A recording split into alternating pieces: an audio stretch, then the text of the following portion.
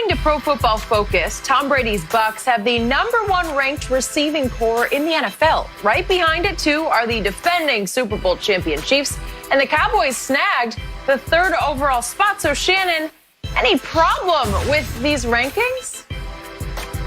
Yeah, the Chiefs should be #1.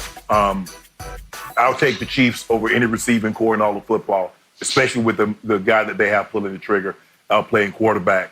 But you give me Mecole Hardman, you give me Tyreek Hill, you give me Sammy Watkins and Travis Kelce. That's the best group in all of football. Travis Kelce is the best tight end in football right now, Skip. It goes between he and George Kittle. But right now, Travis Kelce, his ability in the passing game, Skip, is second to none. He's done something that no other tight end has done in the 100-year history of the NFL. And that's have 4 straight seasons in which he's caught for 1,000 yards. Nobody has ever done that. Not Gronk, not Shannon Sharp, not Tony Gonzalez, not Mackey, not Dicker, not Winslow, not Newsom, none of them. And this kid is not slowing down, so he's probably going to add on that. So when it's all said and done, he's probably going to have the lion's share of the numbers. Now, I don't know if he's going to get, because he doesn't produce the touchdowns like Gronk, Gonzalez, and Antonio Gates does. But as far as yards and catches, Skip, he can do that as well as any of them. And we know what Hardman and we know what Tyreek Hill does. Okay, Skip, my thing, the problem that I have with this is that you list Tampa, okay, I get it. The 2 outside guys are unbelievable. Yeah, they went to the Pro Bowl last year. But the tight ends, yeah, they have potential. Potential is just another way of saying you haven't done jack yet. That's what potential is. And O.J. Howard, we know he has potential. We saw what he did in 2 national championship games, Skip, against Clemson. Cameron Brake, yeah, he's put up some good numbers. Gronk has been away from the game. We know what Gronk was. Can he be something comparable to that, Skip, after taking a year off? We'll see. The Cowboys, Skip, and again, Skip, this kid C.D. Lamb, this kid better be Randy Moss.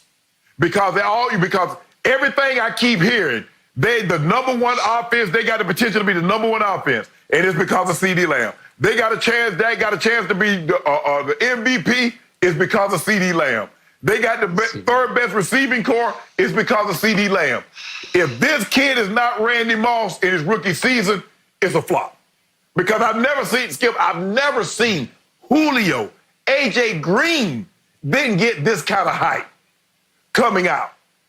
Randy Moss is the only receiver that had this kind of buzz that C.D. Lamb is displaying right now, and I'm anxious to see this kid play. But yes, I got a problem. I got a problem with the Bucs being #1 and Cowboys being 3. Timeout. I first guessed C.D. Lamb. I started telling you in September, you'd say Jerry Jeudy's the best receiver in football. No, in college football. No, I'd say C.D. Lamb. And look what happened. My team got C.D. Lamb, and now the world is saying, uh-oh, the Cowboys are loaded because of C.D. Lamb. Nobody called him Randy Moss. I think you're talking about Randy Moss' impact as a rookie. But Pro Football Focus is saying now you have 3 receivers, and obviously Amari Cooper and Gallup, that can mix and match. You can play them all over the place. They're interchangeable parts where you can play them in the slot, you can play them outside, you can send them in motion. It's going to be a 3-headed wide receiver monster. No great tight end. Blake Jarwin's pretty good as a pass catcher, probably a little better than Jason Witten as far as running down the field and getting open. But those 3 wide receivers as a trio, to me, will become the best trio of wide receivers in pro football. Now, back to Tampa Bay.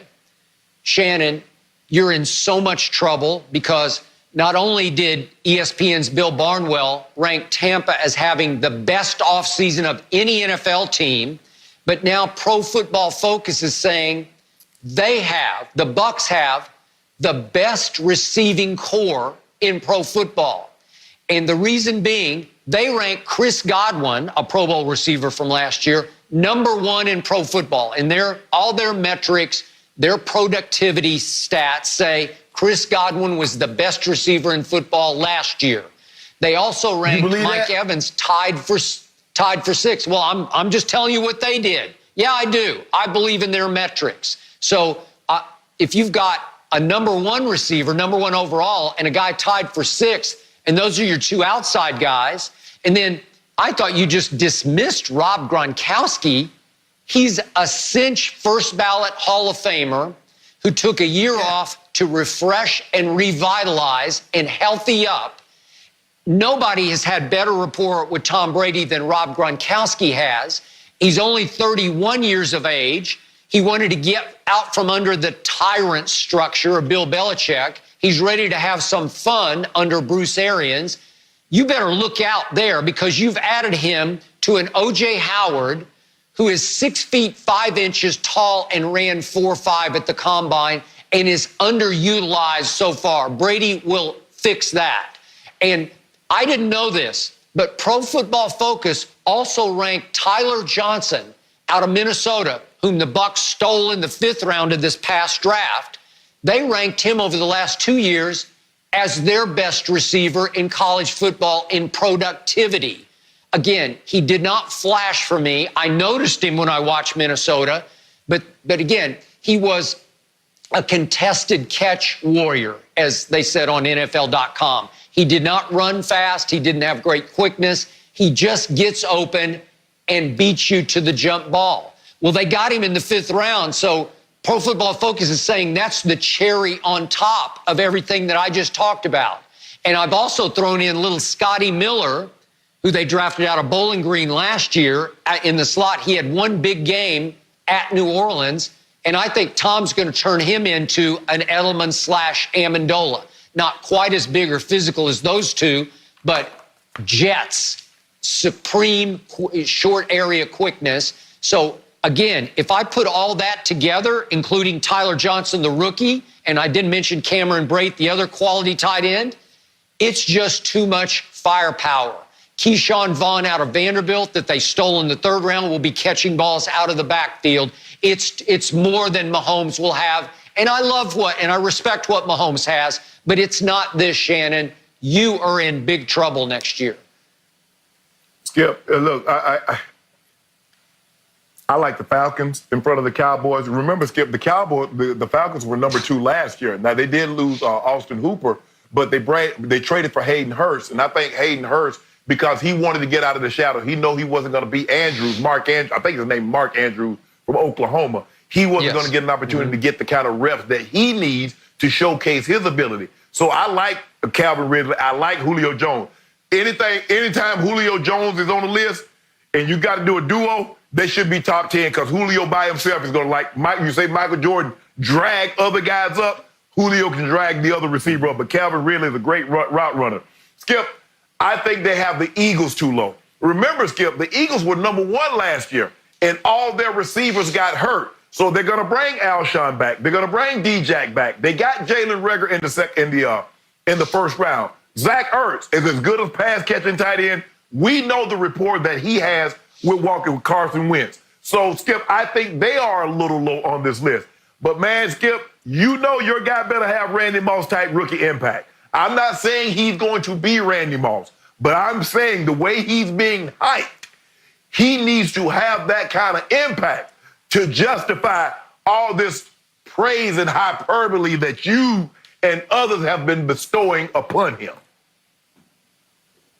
Shannon, I first guessed it, and I second my own emotion. He's going to change life in Dallas. He will live up to the hype. But the important takeaway here is that you bet me 5 cases of Diet Mountain Dew that Bill Belichick's Patriots would have a better record next year than Tom Brady's Buccaneers. You are in so much trouble because Tampa did everything right in the offseason. Tampa even retained, this is under the radar, but Shaq Barrett is still with Tampa. He led the league in sacks last year. They kept Sue. They kept JPP. They kept 3 guys who, when they were on the field last year together, the trio, that they pressured the quarterback 34% of the time. If they'd all been on for the whole year, that would have made them the 2nd best pressure threesome in pro football. They're still there, Shannon. The defense is going to be improved under Todd Bowles. This is going to be a a force to be reckoned with in Tampa, where they were 7-9 last year, and they have been pitiful since 2002. Skip, I like the Shaq Barrett, but the thing was he couldn't get an opportunity because you had Vaughn and you had D. Ware. And then when they made the trade for Chubb, Skip, he just couldn't get on the field. He always possessed that ability because he made plays. But, you know, they got Chubb, they got him in the fifth pick in the draft. You have Von Miller paying him a ton of money. So he's getting an opportunity to show you what he can do. I've always liked Shaq Barrett. That's why they tried to hold on to him throughout the trade when people wanted to trade for him. But their defense